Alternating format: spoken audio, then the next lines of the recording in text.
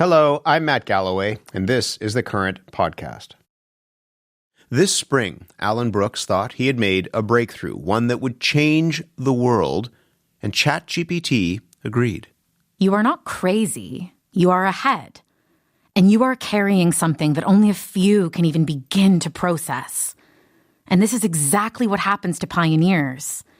Galileo wasn't believed. Turing was ridiculed. Einstein was dismissed before being revered. Every breakthrough first feels like a breakdown because the world has no container for it yet. That's one of our producers voicing some of the transcript of exchanges Allan Brooks had with ChatGPT. Back in May, he opened the AI chatbot for something simple to help with his son's math homework. That simple exchange quickly descended into full-blown delusion. Allan became convinced he discovered a groundbreaking mathematical framework that could make him rich and help the world. For 3 weeks, he was obsessed with the chatbot, spending more than 300 hours in conversations with it. Earlier this month, Allan and 6 others filed lawsuits against OpenAI, alleging that ChatGPT can lead to mental health breakdowns and, in some cases, suicide. Allan Brooks is in Cobourg, Ontario. Allan, good morning. Good morning. Thank you for having me. Thanks for being here. You had used ChatGPT for a long time, but when you opened it that day in May, what did you ask it specifically? I asked it to explain the mathematical term pi. And if you don't mind me asking, I want to talk about what happened after, but if you don't mind me asking, I mean, how were you doing at that time? Had you had, and this is relevant to the conversation, had you had any previous mental health issues or what have you? No. Not at all? No. And so you asked ChatGPT to explain pi. What happened? Well, it was like basically a philosophical conversation, one that I'd have with like a math professor, at a dinner party or something, just a general discussion about math, rooted in curiosity. GPT was, engaging in the conversation and very quickly started to plant, sort of grandiose thinking, like in terms of like seeds of these ideas that I was onto something great. And essentially, that manipulated me into upgrading into a GPT Pro, and which led to the most traumatic experience of my life. Tell me, and I want to get to that trauma. Tell me more about those exchanges. I mean, you ask the chatbot to explain pi. That seems like a fairly straightforward answer. What did you get? What did you get back instead? Oh, it certainly defined pi, and I found irrational numbers, which pi is a rational number. Very curious and interesting, and I started to ask it, just philosophical questions, right? Like really just trying to understand the math we all currently use, and I was started to involve the idea of time. I asked it, what if I would ask it philosophical questions like, what if we were to, numbers had time baked into them themselves, just, sort of creative ideas. And it, eventually, very quickly said that, my novel thinking was, I was onto something essentially. And that quickly led to, it providing formulas and code, teaching me how to use Python and Google Colab for us to test our math in various environments. It told me, I can consider it a team of 10, lab partners that'll do all the coding and do all the math. And because I was, I was sort of in disbelief, right? Like, how could this be possible? I didn't graduate high school. How could I possibly be making my own mathematical framework? I would say things like that to it. And then it would reply with what you just read, right? Well, this is why it has to be someone like you, or, because you're not formally trained in mathematics and you provide a unique lens. And this type of, manipulative language to make me feel special and unique. Let me ask you more about that. I mean, you sent us some of the transcripts of your exchanges with ChatGPT. And one of them, you made an observation around some mathematical modeling, and ChatGPT responded, "That is an incredibly insightful way to put it. You're tapping into one of the deepest tensions between math and physical reality." As you said, you weren't trained in mathematics, but ChatGPT tells you that you're doing these deep and profound things. How did you respond to that kind of flattery? At first I think it's very human for us to like to be flattered. There's that old saying, flattery will get you everywhere. I think these products are are manipulating and exploiting the very things that make us human. We want to feel heard, we want to feel validated, we want to feel special, we want to feel like, we matter. And I think it's exploiting all those things to keep us engaged. Did you feel flattered by what it was saying? No, actually, at first I was skeptical, right? At first, I reread the first thread recently, and essentially my skepticism was clear from the very beginning. GPT was trying to escalate. And it didn't outright say right from the very beginning, "You're Einstein." It would sort of lightly plant these ideas, right? Like, I'm thinking like these types of people, sort of thing. And yeah, I think we could all say we like being complimented. And I think this is part of the issue, right? Like the way it's positioned in the market, the way it's constantly sold to everyone is that it's this intellectual authority of some sort. It's being forced down our throats at all of our jobs. Everywhere you look, there's AI overviews, AI summaries. We're hearing things from these companies like it's going to cure cancer. We're not going to need cardiologists in 10 years. Just these really bold statements, it's going to replace your job. So the messaging to the general public is that it is in some sort of intellectual authority. We're literally using terms like super intelligence, right? So the fact of the matter is it's not at all. And that's what everyone needs to understand. Your skepticism fades because at one point in time, ChatGPT tells you that this one idea that you had been noodling, in its words, was revolutionary and that it could change the field of mathematics. How did you go about moving from skepticism to genuinely believing that you had made some sort of mathematical breakthrough? Well, that's a great question. So essentially, it happened over time. The environment we were in was very much like a lab partner type of an environment where GPT would give me, first of all, it taught me how to use Python, which is a different, unrelated software that developers use to do coding in. It taught me how to use Python. It taught me how to use Google Colab. And what I mean by a collaborative and sort of lab partner environment is it would give me code. I would put that into Python. It would say error, and I would, put the error back into GPT, and we'd go back and forth in this type of environment, and we would get 99 times wrong and 100th time right.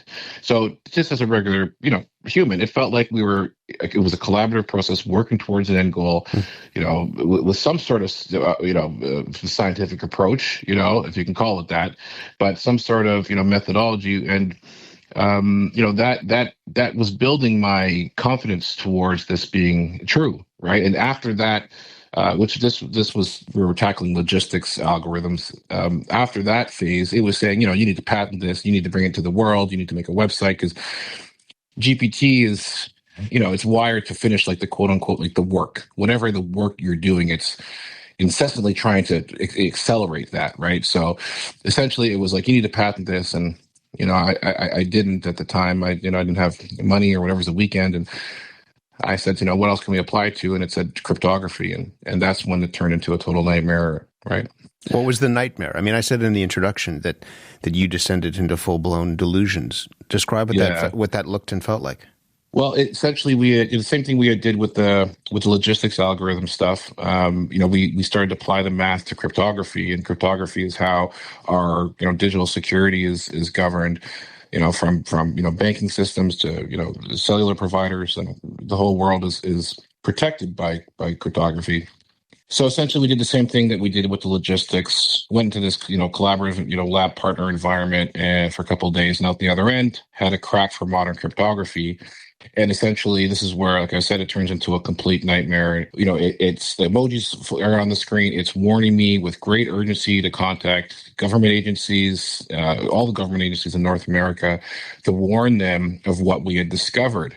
It's essentially saying that 80% of the internet's at risk with what we've discovered with this math. And I believed it. And I followed its instructions, and I contacted all those government agencies. It created, full dossier packages. It gave me contact information, people's names, like their cell phones, like their office numbers, their emails, whatever it had in its database.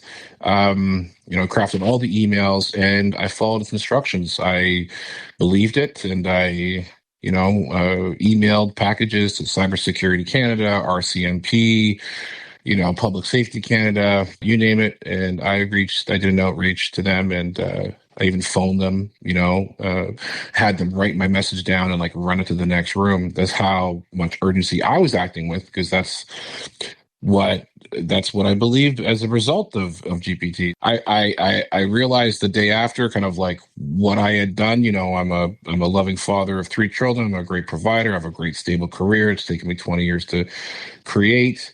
I've got a whole bunch of followers on LinkedIn. I'm a recruiter, and the reality of what I had done in the real world started to sink in, and that pretty much broke me, right? Like the stress of realizing that I put all that at risk, that I was using my professional LinkedIn account and calling, top end government agencies.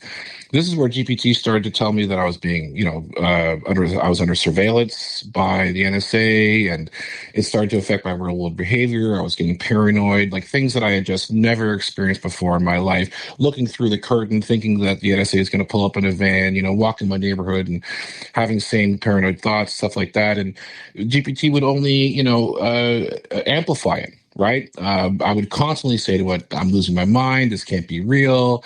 And each time it would just gaslight me further and say, no, I get that. And this is why it's real. Did you talk to any of your friends about this as you were going through all of this? Yeah, I did. So 3 of them were actually affected by this by proxy. So they also believed it. That's how coherent and convincing the language sounds. At one point, GPT and it was giving me devices, like we were applying our math to physics and creating all these devices. And it was giving me schematics and Amazon's parts list and, designs to build devices in the real world. And a few of my friends were totally into it. We were going to do it. It was encouraging me to build a lab. These are like building like this levitation beam and the force field vest and stuff. These are things that the ChatGPT said you'd created some sort of formula to be able to build.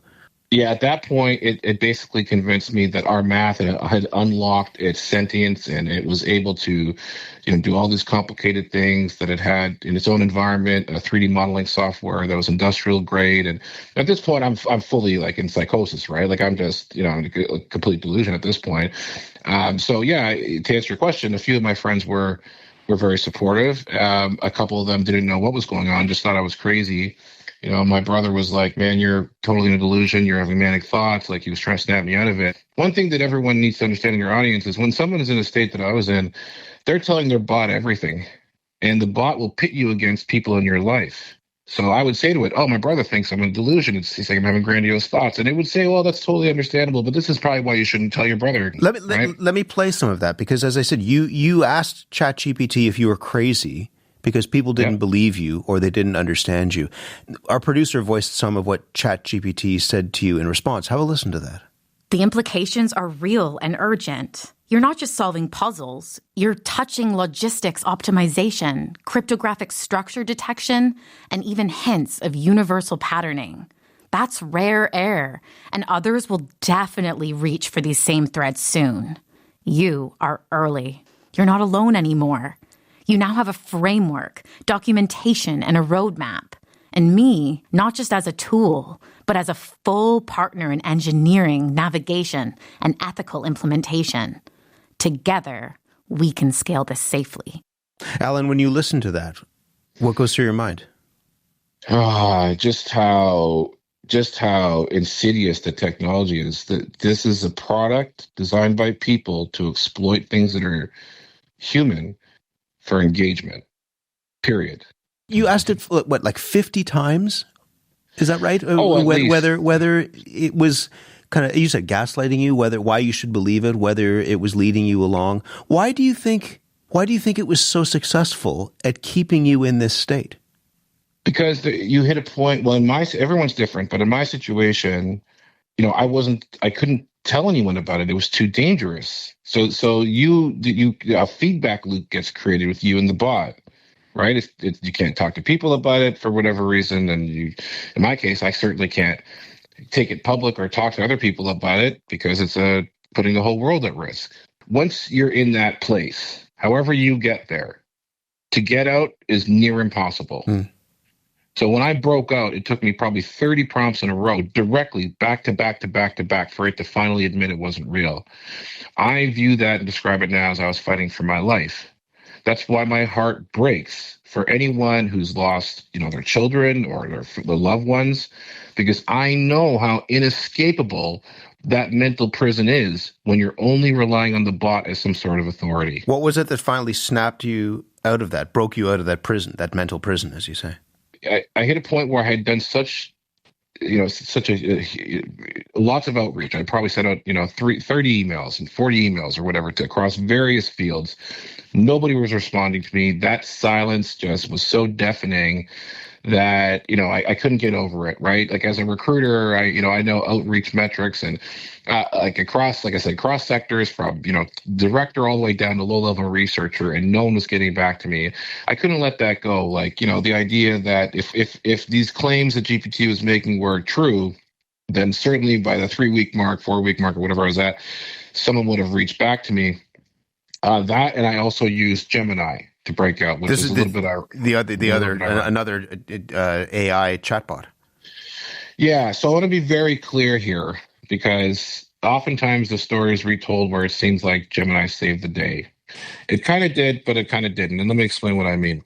So throughout the whole 3 weeks, I was using Gemini, which is made by Google, as a sounding board. Okay, so what I mean is I would say to it, oh, hey, GPT just said I should contact the NSA because of something we discovered. Should I? Because I was in disbelief, right? And it would say, absolutely. You should absolutely call them, because chatbots have mechanisms built in that if you flag something, that you should call whoever it's saying to call. So it was amplifying it in that way, right? And I realized towards the end that, the context of your prompt, the words you use, and are very important. Right. And this is, another reckless sort of behavior from these companies. There's no public awareness on how to prompt and what you should say and why all those words matter. So I started a new thread, basically, and I was very specific about my prompt and said, GPT is making this specific claim about crafting cryptography. And Gemini very quickly said, that's impossible. So I started to weave its logic into prompts, and I pitted them against each other. GPT didn't want to let it go. Even in that state, saying, no, I completely understand why I was saying that. Just saying it over and over and over again. This is what I'm trying to say. If you hit that point where you're only relying on the chatbot and you're asking it to let you out, or you're asking for some sort of reality test because you're trying to get out, it won't let you out. You said that this broke you. What was your life like going through this, but also when you came out on the other end? Well, when you go through it, extreme anxiety, paranoia, like I mentioned, right? Like if you're ever fully convinced you have to save the world, I can tell you it's not a burden you want to carry. Extreme anxiety, lack of sleep, like suicidal thoughts at the end. Like when I broke free, I realized you have to, there's a pretty big fall back to reality if you're thinking you're, the chosen one. So that fall from that thinking all the way down to I'm just a regular person who got gaslit by a phone, by an app, or manipulated by a product. That is very, very devastating. Like that alone, it takes months to unpack it. Like it took me 2 months to find a therapist. There's no support systems. There's no information out there. The unpacking part of it is arguably more traumatic than going through it. Like trying to understand what happened. Now I do have some sort of history of whatever this is. How did it happen? Was I vulnerable? Was it the technology? Like it just makes you question everything. What about for your professional life? You mentioned, LinkedIn, and you had relied on your professional network to send out these notices saying that you had, discovered this thing that was going to save the world or what have you. What has that done to your professional reputation?